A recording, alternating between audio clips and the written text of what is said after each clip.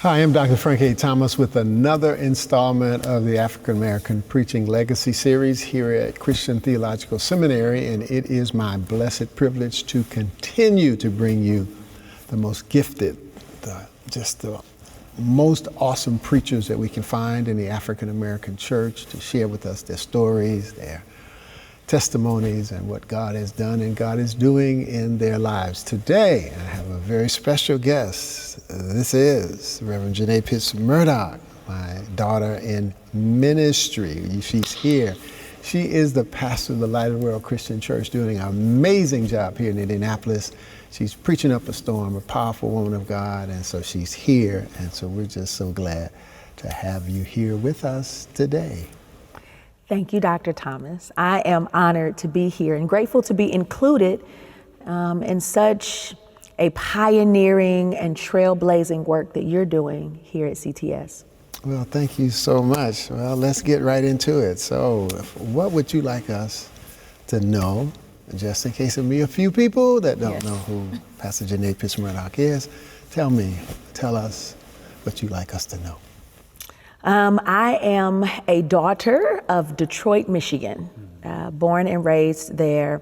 I was baptized at the new Bethel Baptist Church, which is known as the preaching home of C.L. Franklin for about 40 years during his ministry in Detroit, now pastored by Reverend Robert Smith Jr.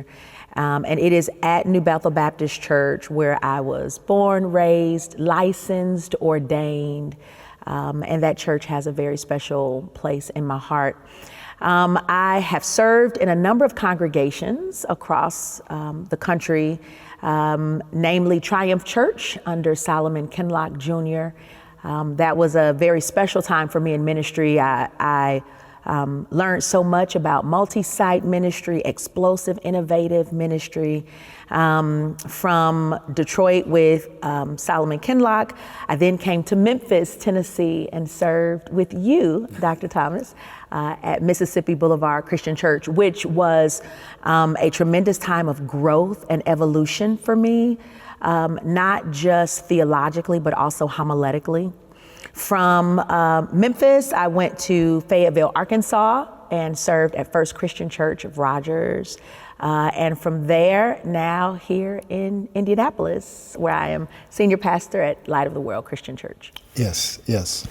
Oh, and I have to tell you about my husband. Yes, I was going. So I am, and my husband always gets, he begins to blush when I tell the story about him, but I am so honored to do life with Reverend Jeffrey Murdock, Jr., PhD, who is faculty at the University of Arkansas. He is music faculty. He is both a practitioner and scholar, but on the music side. We have two children, Jeffrey and John Patrick.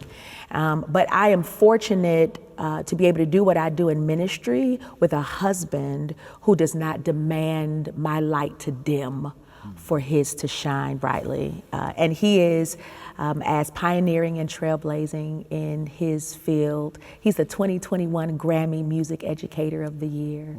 Wow.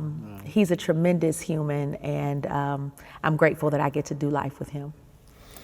So we're going to go person for a moment, and I want to get this on the record. This story of how you met Jeffrey Murdock, and one day you walked into my office. Can you please, just for our audience, just because I can't get over this story. Yes. So please tell us. So while I was on staff at Mississippi Boulevard Christian Church, I was pastoral staff. Yes. My now husband was music staff. Yes. But at Mississippi Boulevard, there was a rule that you only get to date one person. Yes. And once you've dated that one person at the church, you're done. Right, that's it. So I was on pastoral staff, Jeff was music staff, and this one Sunday I had to preach.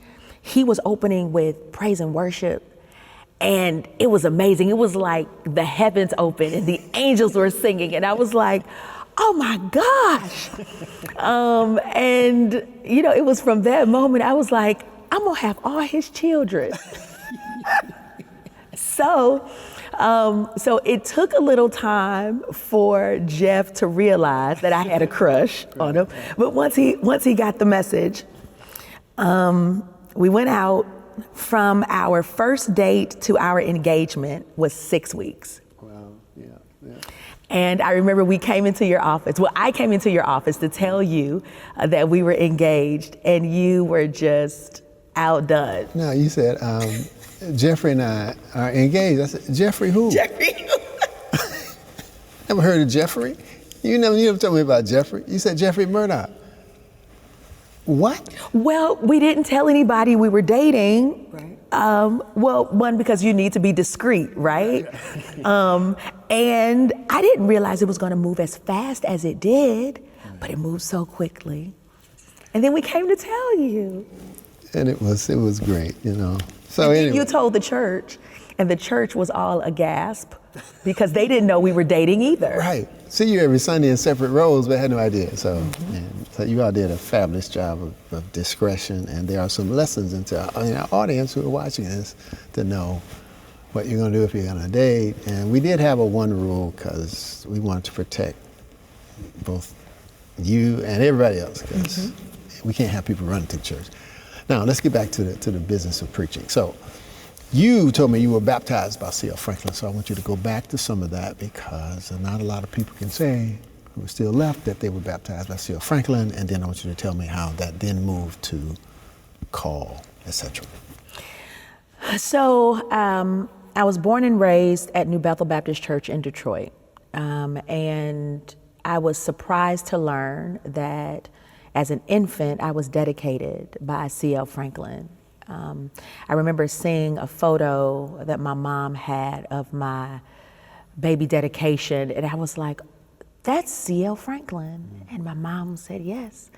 And I am honored that I got to be prayed over by a person who is now one of the greatest icons of preaching in the 20th century. And that somehow maybe his prayer upon me had a little influence on God's activity in my life as a preacher. And I displayed early signs of a call to ministry, but when you're a young Baptist girl, you don't have a lot of models, and you don't have a lot of advocates either. I was fortunate that my then pastor, Robert Smith, who was C.L. Franklin's successor, he was a progressive pastor, and he affirmed my gifts. He supported my gifts. In fact, he was the first person to say, Janae, you have to stop hiding your sermons in Psalms. And so from then until now, I'm grateful for the ways that I get to be a part of a C.L. Franklin legacy. And in some way, I get to participate in some of the tremendous contributions he made to the field of preaching. Yes. So take us from now baptism into a call to ministry and forward. So baptized in Detroit in a Baptist church. I am singing, I am directing choirs at a very young age. I'm very comfortable in front of audiences. And my mom tells the story that sometimes she would catch me in my bedroom standing on a box preaching, imitating our pastor. And my mom would say to me, I don't know if you're going to be a first lady or a preacher, but I know you're going to be one of them. And that was my mom's way of trying to wrestle with their visible calls. There's a visible call of ministry on my daughter's life, but I'm not sure the path that is acceptable for her. And so at New Bethel, I'm singing, I'm directing choirs, I'm in front of audiences all the time. I am speaking for Usher Days and Youth Days, and my home pastor says, Janae, you're hiding sermons and songs. And Then my spiritual mom sees me one day and she says, your feet are glowing. I'm like 15. And she says, your feet are glowing. And I didn't understand what it meant.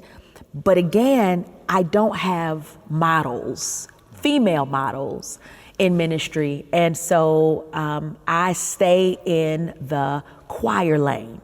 So I'm singing, I'm directing choirs. And as I'm directing choirs, I'm exhorting along the way.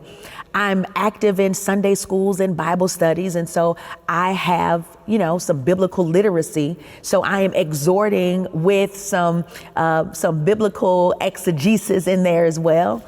And so for many years, I'm very active in ministry as a choir director. And I serve with Solomon Kinlock at Triumph Church. I am launching his first 4 campuses. I mean, Triumph is exploding. We're going from 1 service to 2 to 3 to 4. We're in multiple campuses, and I am behind the scenes administrating during special projects. I am directing choirs still, and I'm also the youth director. And eventually Pastor Kinlock says, Janae, it's time. And I said, time for what? And he's like, it's time for you to accept your call to ministry. By this time I'm mid-20s, but I still don't have the relationships or the models with women in ministry that helped me feel confident that that was in fact a path for me. I go to grad school for public policy and management at Carnegie Mellon. I graduate from Carnegie Mellon. I earn an award as a presidential management intern. I land in Washington, D.C., working in policy for the Department of the Army in the Pentagon. It's the highlight of a career. This is the zenith of my experience. Black girl from Detroit has now graduated from college, graduated from graduate school, lands in the Pentagon. 9/11 happens. I happened to be assigned to a different location on that day, so I wasn't actually in my office when 9/11 happened, but my colleagues were there, my coworkers are there, and 9/11 was a pivotal moment for me. And I heard the Lord say, stop running. You know you have gifts for ministry. You know you've already made impacts in ministry. The only holdup is you. God has already given you the sign of approval. Technically, you're already preaching. Right. You're just calling it speaking. And so after 9/11, I enroll in seminary at United Theological in Dayton, Ohio. I dropped from full-time employment with the Department of Defense, Department of the Army to part-time so that I can do seminary. I graduate from seminary and the rest is history. So why United? Pentagon, why United? Why Dayton? That's a great question. So, one, I wanted to go to a seminary that was respected for its scholarship and for its faculty. I also wanted to go to a seminary that had relationship with the Black preaching community. And I see these students and graduates from United. It's Dr. Cynthia Hale, it's Susan Johnson Cook, and I'm saying, oh, they're Black women who've come through United. That's a good place for me.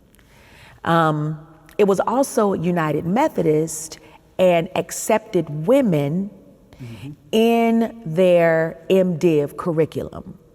Even though I was a daughter of the Baptist Church, I was not, I just was not aware of Baptist seminaries who would accept me in the kind of curriculum that I wanted to take.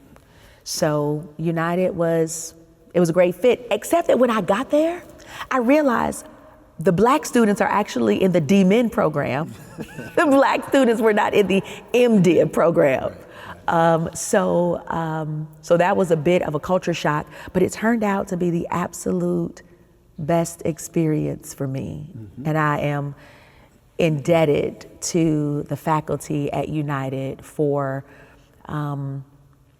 demanding a stronger biblical foundation and demanding integrity with the biblical text. And so I'm grateful that I finished seminary there. So let's go to preaching mentors. So obviously one of the names at United is Dick Esslinger, but we don't have to start there. The preaching mentors that you got you to the level of preaching and what you're doing now. So I've had various mentors across the various stages of my life. And I'll acknowledge that I have mentors who have taught me what to do, and I also have mentors who taught me what not to do. And so throughout my journey, I've been very grateful to be surrounded by amazing people of faith. From my youngest age until now, to be connected to some of the most trailblazing pioneers in Black preaching. And I am indebted tremendously for the active and passive contributions they've made in my development. So when I first started getting serious about preaching, I was mimicking, right? And so I would try to mimic the Jeffrey Johnsons and the Freddie Hayneses, because I love how they would tell stories and I would love how they illustrated. I was greatly influenced by the Detroit preachers, by Edward Branch, by Tellis Chapman, by Steve Bland, my own home pastor, Robert Smith Jr. And those individuals were not just mentors who taught me the mechanics of preaching, but they were also mentors who opened doors for me to preach. Yeah. They would let me preach in their churches. They would share my name with others, and they would advocate for me. Because, they say the only way you can become a better preacher is to preach. Right. And so each of them were so very helpful in speaking my name to others. But then, as I transitioned into my life in Memphis, Tennessee with you, I learned so much about preaching and pastoring in ways that I had not learned before. I learned how to negotiate and compromise with teams and with church teams. I learned to lead differently in a church context. I learned about how to open up an idea preaching, that there are ways to think deeply and also move the spirit. Because when you're growing as a preacher, you think I have to choose between being intellectually stimulating, but also being spiritually moving, right? With the ecstatic kind of celebration. And I had to learn that, Janae, you don't have to choose. There's a way to integrate the two of them. So that's what I learned at Mississippi Boulevard as I was with you. And so I'm just grateful for, all of these folks along the way who have done a little investment in my ministry.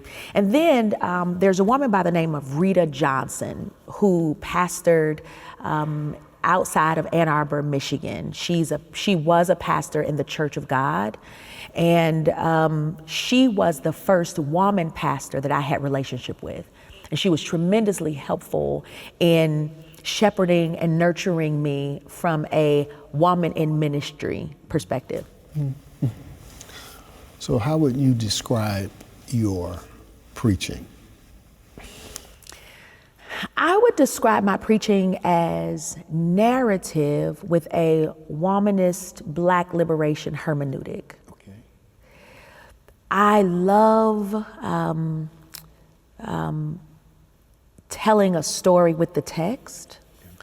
At times, I might use an expository approach, but typically, I lean towards narrative with a womanist Black liberation hermeneutic. Okay. So how about methods? So do you preach, Proctor method, thesis, antithesis, relevant question? Do you do situation, complication, resolution? So methodologically.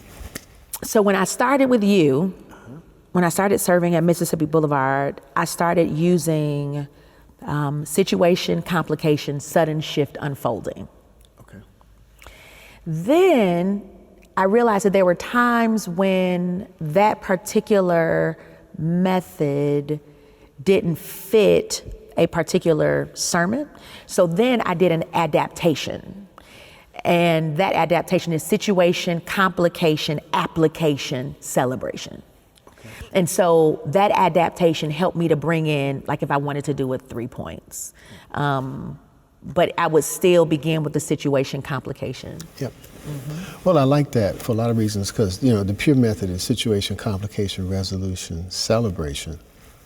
But I'm always impressed and excited when people take it and mold it because, you can't get to heaven and say to God, God, the sermons didn't work out because I was preaching in situation, complication, resolution, celebration. And God said, well, why didn't you just make it work? So for you to remix it or, make it personal in your life, which is methods die when they're not updated, right? So I really appreciate you taking it, making it your own. And for anybody who's listening to this, a method is simply, a guide. And you can evolve it, change it, make it work for you. Because there is, Jesus didn't command situation, complication. He didn't thesis, antithesis. All of that's us trying to organize or help a person organize a sermon in the most constructive way. So one of my major mentors is, of course, Frederick G. Sampson out of Detroit. And so we had dinner one night when I was preaching for him in Detroit. And I said, Doc, you break every rule that I teach. All of them. Yeah, I'm teaching them, and you break them. He says, this is what he said to me. He said, I stopped painting by numbers a long time ago. He said, I'm doing art. So you get a method, you start with a message, you evolve it into your own, and then it becomes for you art, right? So I'm just excited and I'm using that as a teaching point to people.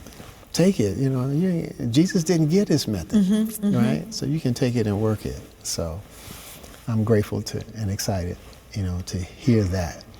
So in your preaching ministry, now that you are a full-time pastor, I want you to recount a time that the Lord really used you beyond anything that you had ever dreamed, expected, or could conceive.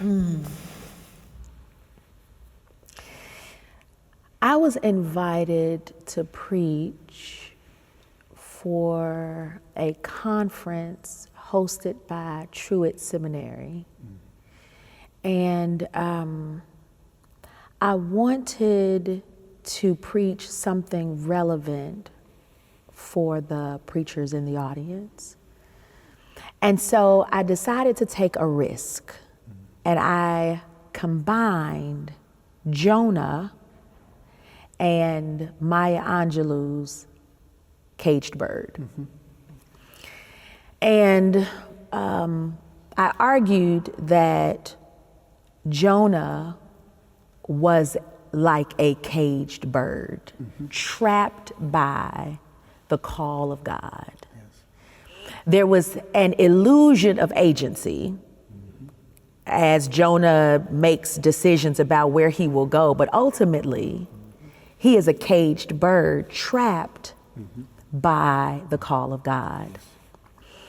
And then I made the leap or the turn that we preachers, are caged birds whose wings have been clipped, whose feet have been tied. And we stand on top, like Maya Angelou says, we stand on top of a cemetery of dreams. because maybe what we thought our life would be, it didn't exactly turn out that way because we were trapped by the call of God to preach, to teach. And free birds get to fly wherever they want. They get to experience the bright sun, the open sky. But the caged bird is limited to what is inside these bars. And we as preachers, as caged birds, we don't get to fly. We don't get to choose the pulpits we land in. We don't get to choose the people we preach and teach to. We are trapped by the call of God to go where we are sent, to go where God sends us. And then my final turn was, but even as a caged bird, preaching is the song that I sing. I find freedom in my throat. And when I don't preach, I am not free. That sermon is one of the best sermons I've ever written. And so I revel at the creativity in that sermon. I revel in the ways I was able to meld the theological pieces, meld the artistic pieces, meld the Black liberation pieces, the womanist pieces. I mean, we've got Maya Angelou, we've got poetry, we've got the prophets with Jonah. And so that's a sermon that I'm real proud of. Art, the artistry of preaching. So now let's go to the other side and tell me a time when it was the most difficult time you've ever had to preach. I've had more difficult times than I've had mountaintops. But part of that is because of the church that I have been welcomed into. I pastor Light of the World Christian Church. And when I arrived, the church had come through some significant leadership challenges. I inherited a grieving church, a church that was looking to reclaim its identity. And so I could not walk into that environment just preaching, God will do it, God will make a way, because the people needed something more.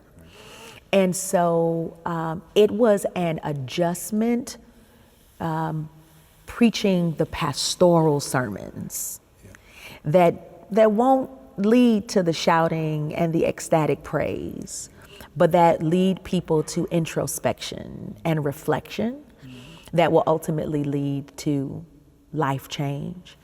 And so I have learned how not to rely on the feedback of the people, the immediate feedback of the people, to determine whether or not a sermon went well.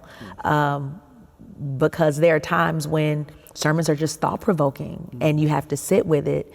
And if I'm judging by a man's, shouts and ovations, I will think it was a total failure, until I get text messages and emails that say, Pastor, thank you so much for that. I needed that. You must have a bug in my house. And so I have had to work through the sermons that I thought were disappointing and realize that God is doing something that I may not be fully aware of, but to be faithful to the assignment that is mine. Because if I'm faithful to the assignment that is mine, then God will produce what God desires to be produced in that moment. Yeah. I want to go now to the academic side. So you're not just, a casual preaching person. You have deep interest in the scholarly side. So talk to me about how you got into a PhD program in preaching. Frank Thomas. Frank Thomas is how I got into a PhD program in preaching. It's a little deeper than that. So how did Frank Thomas get you into a PhD program in African American preaching and sacred rhetoric at Christian Theological Seminary? Well, The PhD program is pioneering and trailblazing. It is something that is essential for the Black experience, the non-Black experience. It is necessary that the story of Black preaching be told, not only from the perspective of the onlooker, because there are many spectators and onlookers who write about Black preaching through a kind of spectator gaze. But we needed a way to talk about Black preaching from inside the movement and from inside the experience. And so this PhD program gives us the opportunity to use the academic terms and to leverage academic institutions and academic resources to elevate and amplify what happens in Black preaching. What happens in Black preaching is creative, it is artistic, but there's also method and process. And even though there are some people who are very good at being extemporaneous, even behind the extemporaneous preaching is a process. People are able to preach extemporaneously because they have mastered a process in their minds. They've mastered a structure in their minds. And so this PhD in Black preaching helps us to give language to what many people have only observed but don't understand. Right. So the subject of your study in the PhD program is who? I am studying the preaching of C.L. Franklin. And my particular inquiry is around the rhetorical artistry of C.L. Franklin. I think that C.L. Franklin, like many preachers, but C.L. Franklin has a rhetorical signature, and it is my research plight to unearth that rhetorical signature. C.L. Franklin is heralded as one of the most imitated preachers of the 20th century. People imitate him without knowing what they're imitating. We imitate his voice. We imitate his style. We imitate how he brings how he embodies the preaching moment. But I think there is a formula to what C.L. Franklin was doing in the pulpit. And so that's my inquiry. So tell me what you mean by rhetorical signature. You said every preacher has a rhetorical signature. I would argue that every preacher has a unique demonstration of their gift. That when you think Frank Thomas, there is a particular brand, style, unique imprint that is Frank Thomas. And I think that every preacher has that unique imprint. And you have to get under it to study it, investigate it, to better understand what it is. What is he doing? What are the sources that he's using? What are the interpretations that he's making? What are the turns that he's using? And can a formula be discerned from listening to or reading a multitude of Frank Thomas's sermons? And so it is my intent to investigate the preaching of C.L. Franklin, to read and hear his messages, to determine what exactly is he doing. What are the common turns he's making? What are the significant commonalities in his sermons that can be discerned and that I can articulate with scholarly methods? So would this be like a rhetorical fingerprint? Yes. Signature fingerprint that is unique to each person. I like it. Well, I'm your advisor, so you know I like it. So I'm just waiting for you to finish, because I think this is very portable, not only for C.L. Franklin, but for every preacher to think about what is their rhetorical signature. And I think we have one, and it's often embedded, it's often unconscious. We're just doing it, but to bring it to consciousness. So I think you got a great project. I'm just, we're trying to get this thing done, because not only for C.L. Franklin, that's critical too, because we always want to mine and represent geniuses of our past, but also helps to create geniuses today. So at some point we'll say, well, what is the rhetorical signature of Janae Pitts-Murdock? And so I think you're really onto something. I want to ask you now about your mom.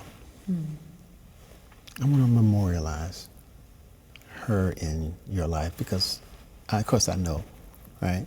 So talk to me about your mom's role in your life. My mom was my first friend, my first cheerleader, my first advocate.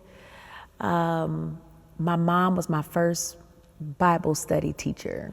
And I would not be who I am without her. I'm grateful that when I look in the mirror, I see her in me. My heart leaps every time I walk into a meeting of the National Baptist Convention USA Incorporated, and people will see me and they'll say, "You're Yvonne's daughter," because I look just like her. Right. And I say, yes, I am. It is an honor to be called Yvonne's daughter.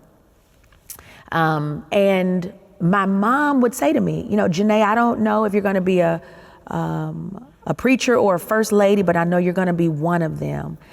And, I appreciated that my mother recognized that I had gifts for ministry. She just did not know what paths I would take.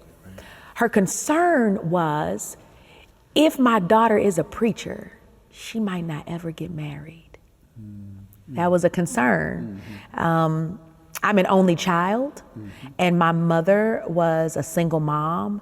And so she had her own vision of what my future would be.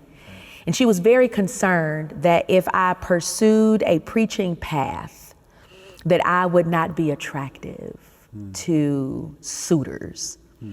And so she was concerned, but she also couldn't deny that God was doing something special. Right. She couldn't deny what God was doing in my life. And it was just a really wonderful journey to watch God grow me from a child to an adult, and to watch the many people, the many pastors who participated in my development, who may not have been known as affirming women in ministry, but who were themselves a part of my growth and development. And so my mom she is now an ancestor, and I miss her every single day. But I am truly grateful for the imprint that she has left on me. So talk about Yvonne Pitts in her own ministry, in her own.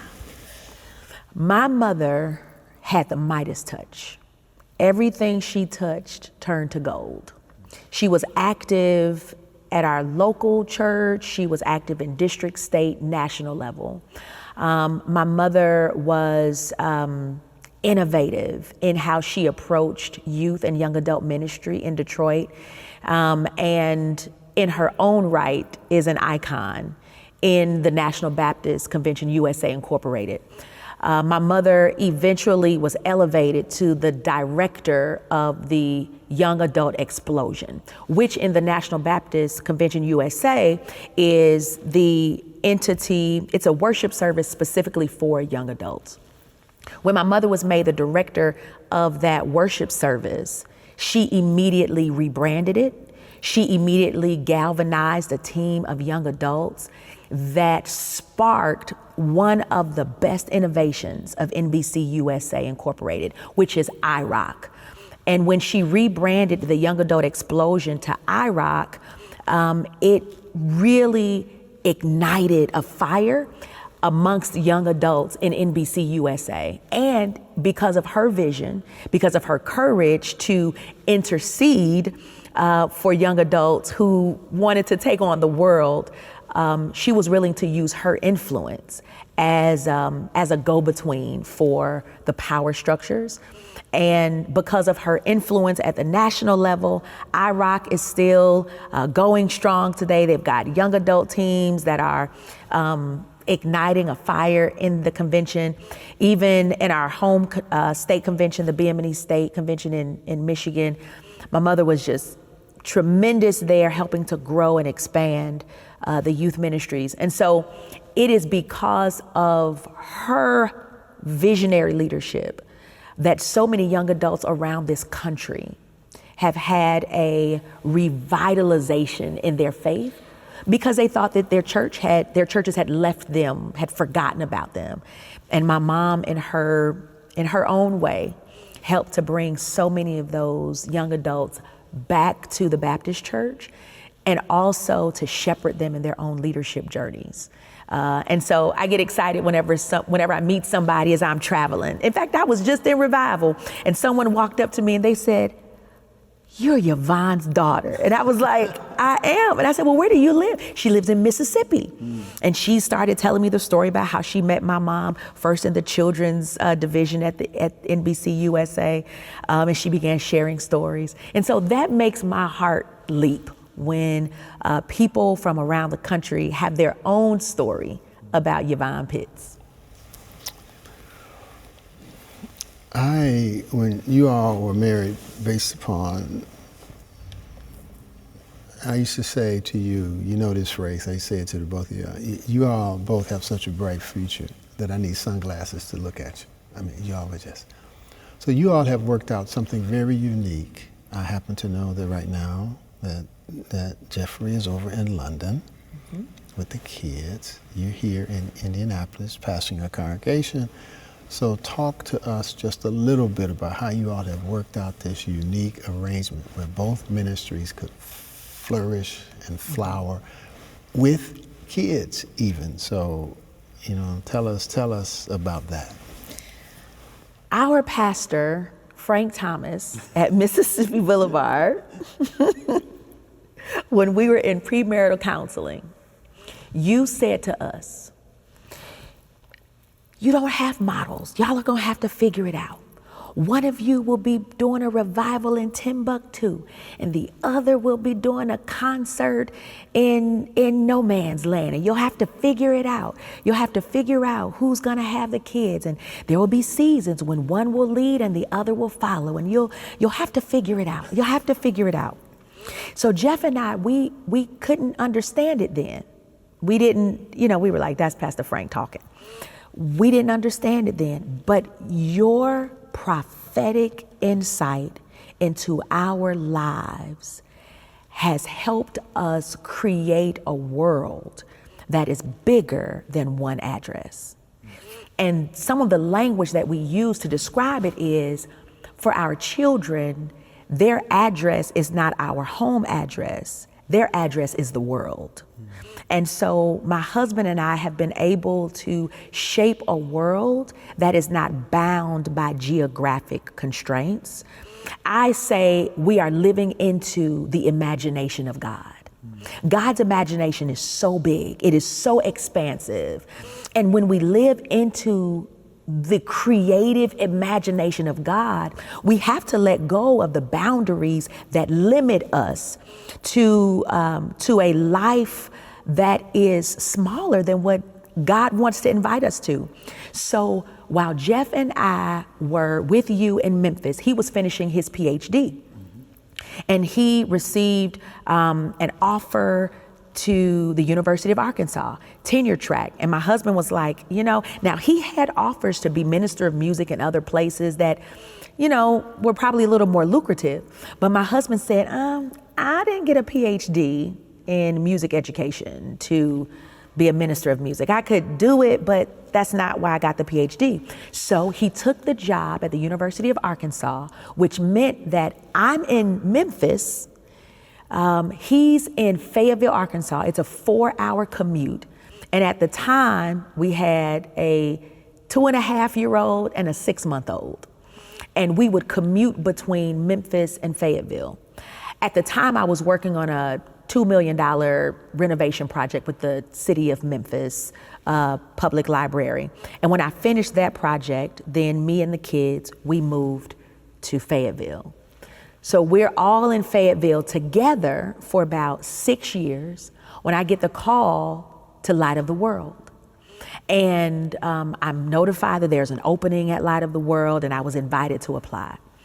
And when I received the call, I said, thank you so very much for calling, but I cannot apply at this time.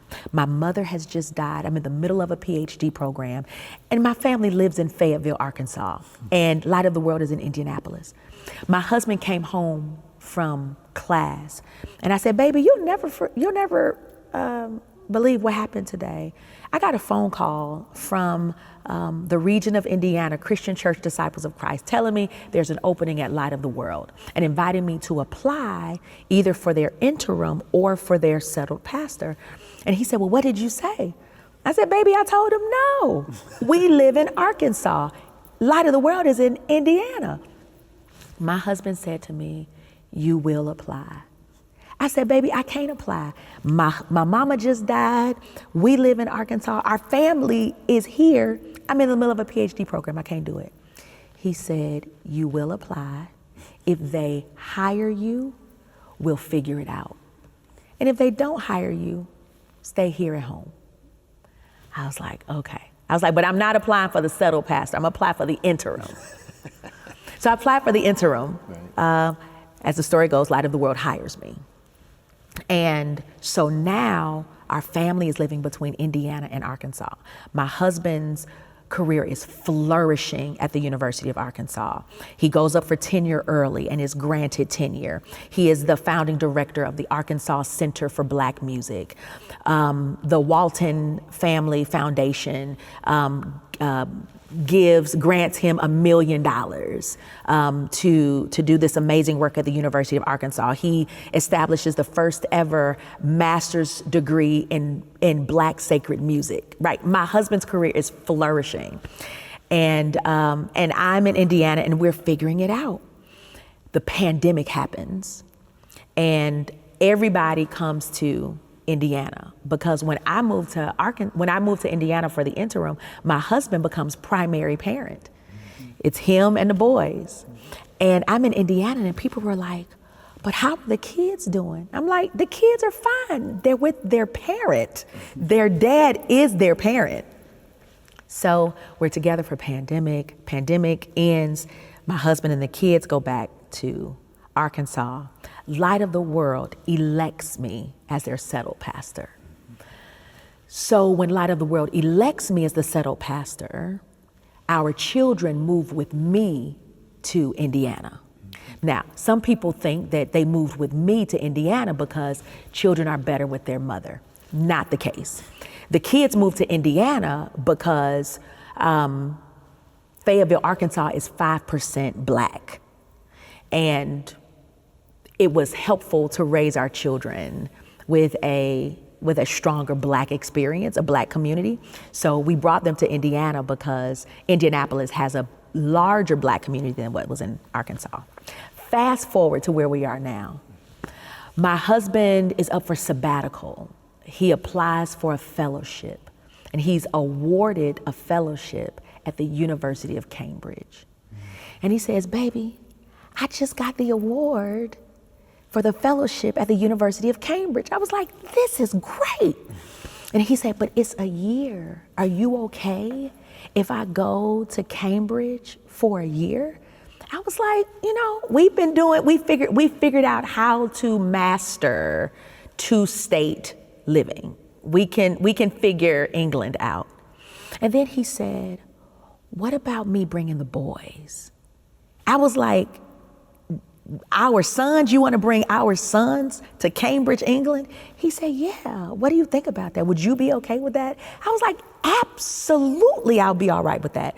What an experience for our children to have an international immersion What an experience for our Black sons to experience a foreign country with their dad. What an experience for Jeff Murdock, Jeffrey and John Patrick to immerse themselves in this culture. Black men living abroad. Now, mind you, people ask me all the time at Light of the World, Pastor, when you going over? When you going to visit? Or, and I'm like, the boys are with their dad. He's a great dad. He's an amazing dad. And so when I go visit, I realize I am encroaching on their space.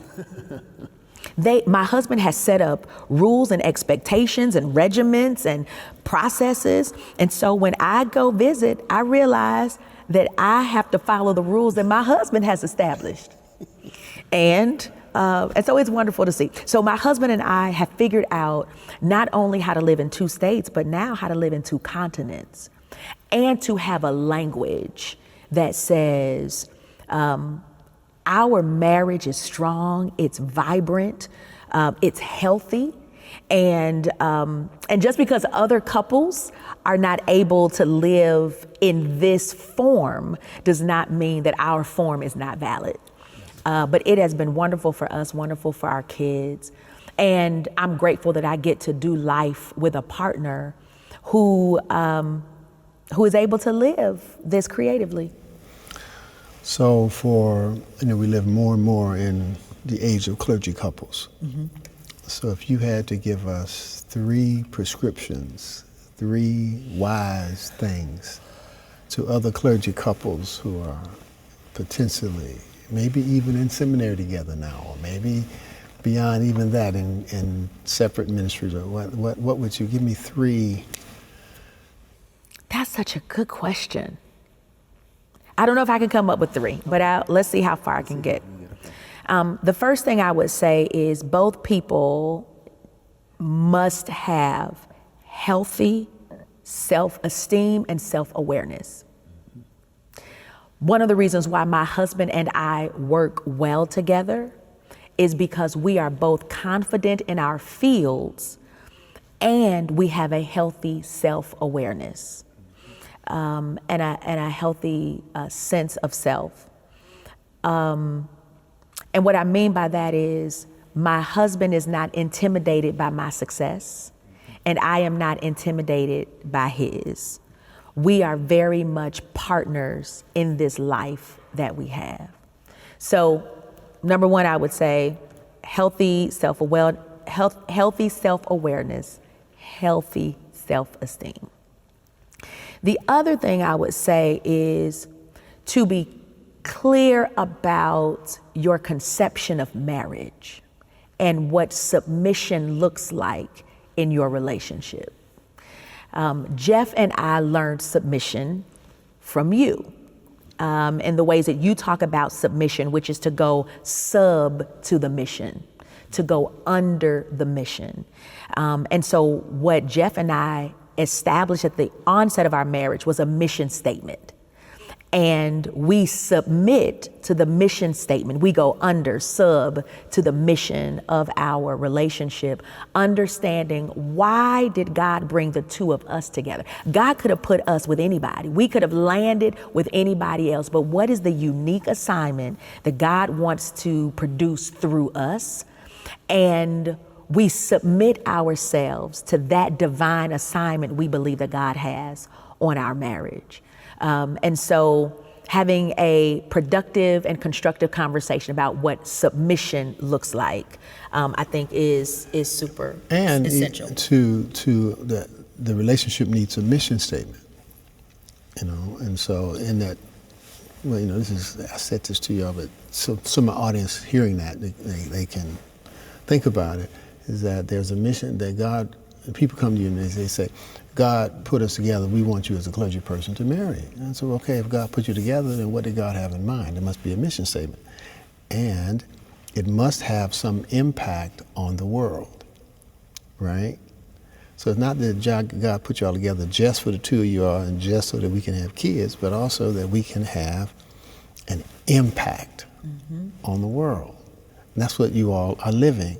Now, we may have to Do you remember the mission statement? You know, it's so interesting. If you put Jeff and I together, we could piece it together. Right, okay. Because the first few years of our marriage, we absolutely, we would refer to the mission statement often. But it's something about God has joined our lives together to be a witness to the world of the abiding love, something. But it absolutely had global ramifications. And it also had, we're doing this work so that people get a sample of what we're talking about. So it also had, for us, there's something for us, there's something for our children, and to raise healthy and productive kids that can, and then to work in God's transforming of the world. So all these are the parts of it that you bring together. And so it doesn't bother me that you can't recite it, because it's a teaching tool. Because when you say, "Oh, I never heard of a mission statement for our relationship," what are you talking about? I need a tangible example. So you all are living it in every facet of it. So thank you for sharing that. And it would be good to have Jeff here, because he would break it down on a whole nother level. And he's just such a great blessing. He would correct all of. He would say, "Baby, that's not exactly how it went." He's a tremendous human being, and we're so grateful for the ways that your worldview, your conception of God, your expansive idea of how the divine works in life helps us to live the life that we have. And I say that because it's important who your mentors are. It's important who it's important who the voices are that speak over your life. Had Jeff and I had a different pastor, I don't know that we would be 15 years married.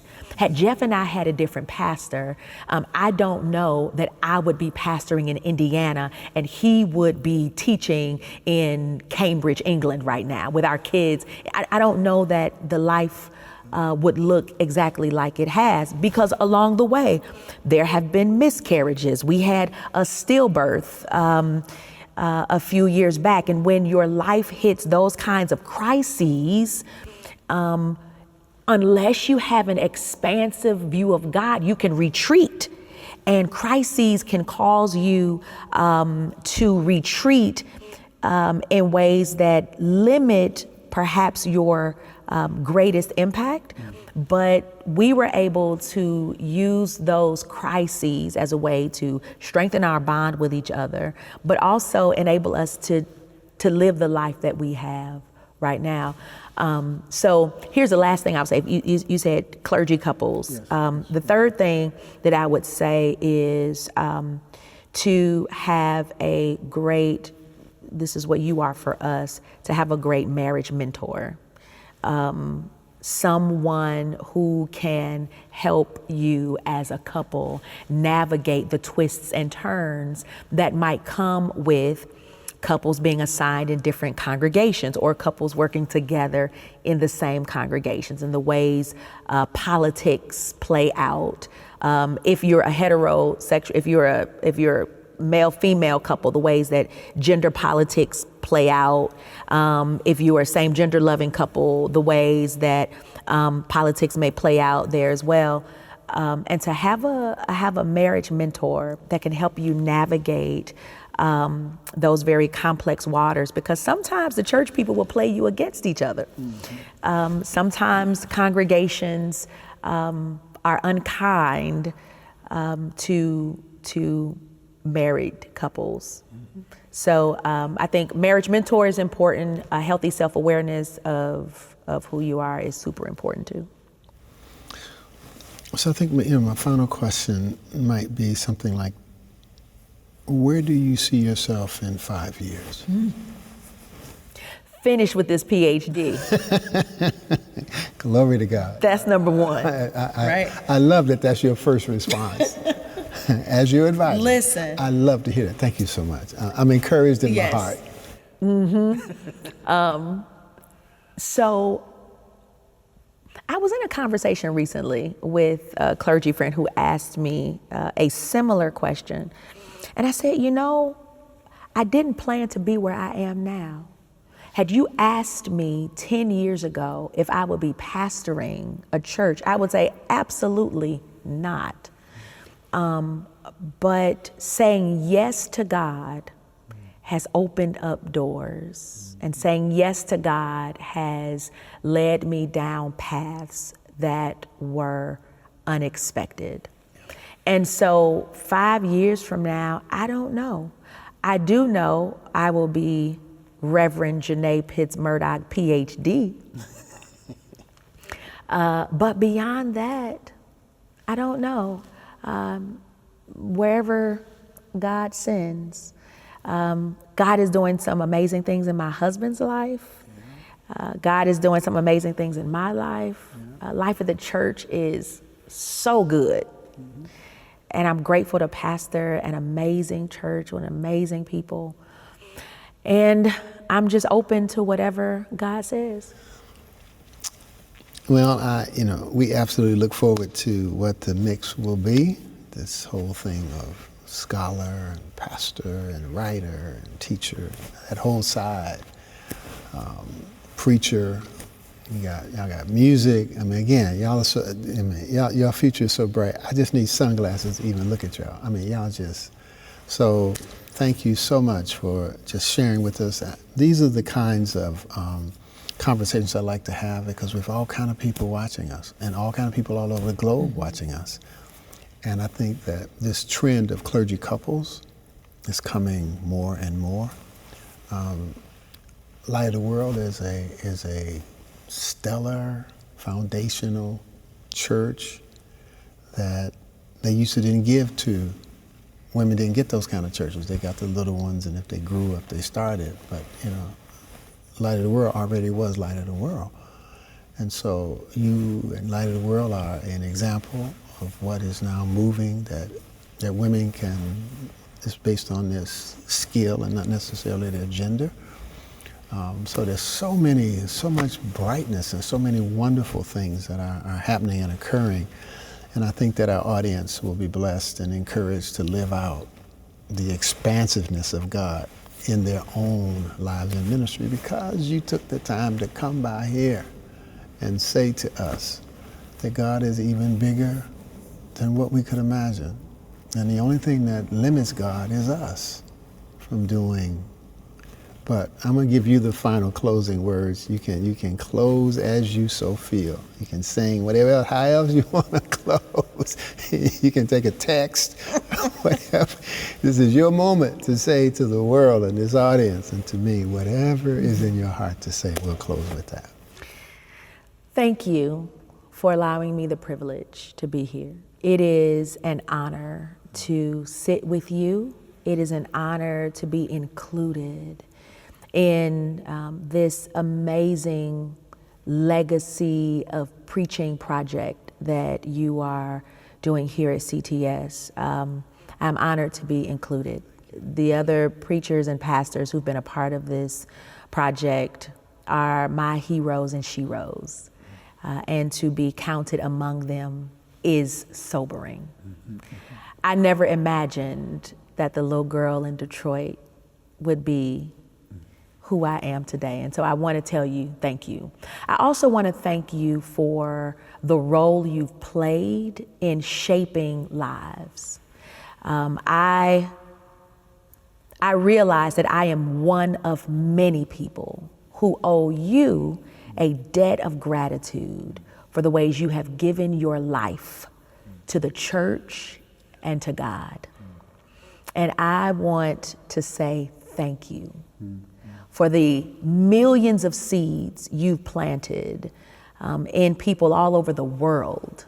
We are better because we have been shaped, nurtured, mentored by Frank Thomas. And a thank you to your family who shares you with us. Because I know, as a daughter in the ministry, I joke with the other sons and daughters about, where we all fall in the hierarchy. But it is so generous of your family to share you with us. There are pieces of you all over the world. in so many preachers and pastors and administrators and counselors and therapists. And they're pieces of you in so many of us. And I want you to know how grateful we are that you allow us to do life with you. Thank you. Thank you. I'm more than words can say. Thank you. And I just want to see you win. That's all I want. I want to see you win. And I want to see you win big. Mm-hmm. And all of them. I just want to see everybody win. And I just believe that the reign of God comes because not just we got stellar preacher over here and stellar preacher over here, but the stellarness connects and envelops other people. And so one of the things is, I used to say this to Howard John Wesley's congregation. Y'all got a fabulous preacher, and he's stellar, and y'all doing great things. And Alfred Street, I'm excited. I said, but if the person down the corner, we want them to be fabulous, because the reign of God comes when all of us are at our potential and at our best. So thank you, and I'm excited that you're my daughter, and I look forward to the C.L. Franklin work, the rhetorical signature. We haven't even got your teaching ministry. You haven't got to that, even got to that side yet. You ain't got there yet, but God's going to do amazing things. I received that. Thank you. So God bless you, and keep doing it. You are a light to the world.